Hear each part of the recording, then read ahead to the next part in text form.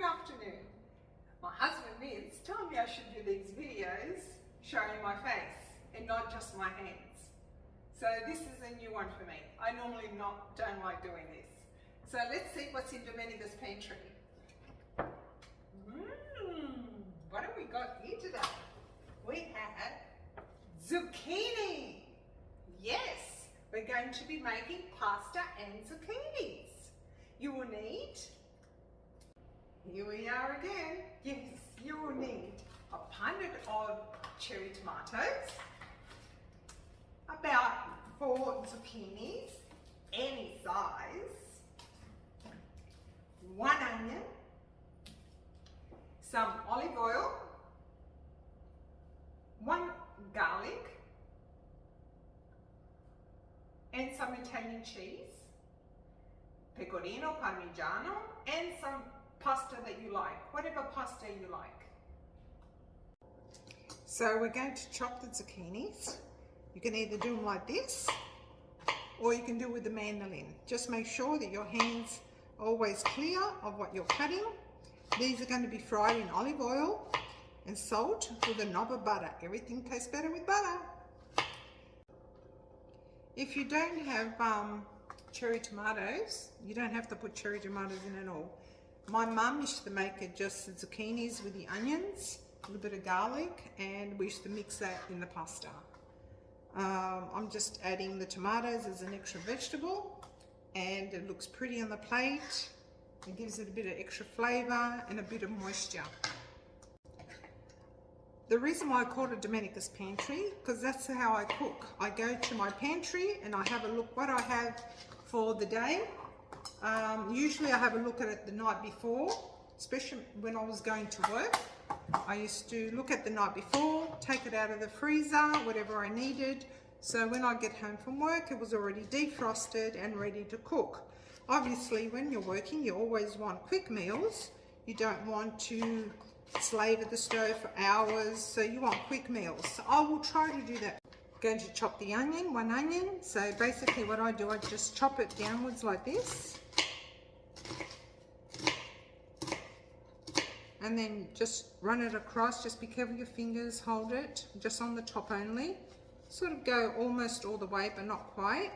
And then if you chop it like that, you find that you get all these little pieces. So olive oil always tastes nicer than vegetable oil. So we're going to do olive oil. Nice drizzle of olive oil. There you go. Turn on the heat. Voila. Then we're going to put in the onions. If you don't have onions, you got leek, you can use leeks. Cook and cook till translucent, not brown, just soften them up. The salt makes them sweat and soften up. Now that the onions have softened up, we're going to put in our beautiful zucchinis that we've chopped up. That was 4 zucchinis. So I'd say this meal will probably be for about 4 people with pasta. Depends on how much pasta you eat. It could even be for 6. Don't forget the salted zucchini.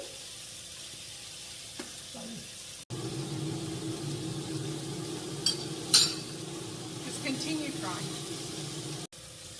So we're going to add now the cherry tomatoes and the garlic with a bit of pepper. And a sprinkle of salt, because tomatoes love salt. So put it all in there. As I said, if you don't have the tomatoes, you don't have to put it in. But it is nice for colour. It gives it that moisture, and it's very Italian. I'll bring the camera closer so you can have a look.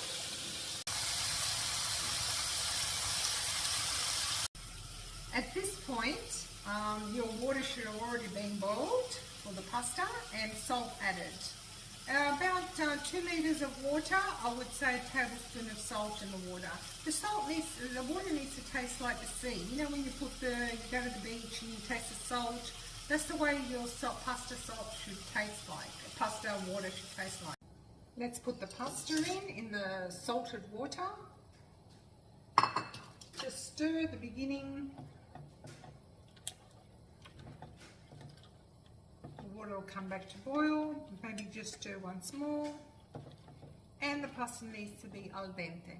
So this zucchini and tomato is, I would say, even nice to have it as a side dish with meat, or even like that with a bit of bread.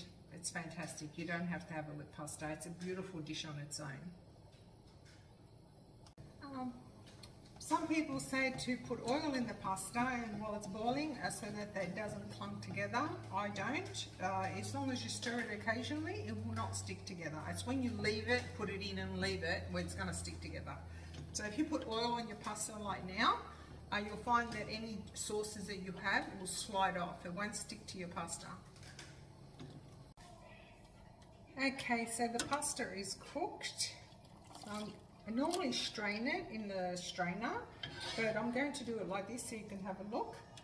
So put all the pasta, just with a little bit of water, so you don't have to be careful, because this is nice with a bit of extra juice. So just quickly put it over. Just put a ladle of water. That's nice, and just stir it all. I'll just move the saucepan so you can see.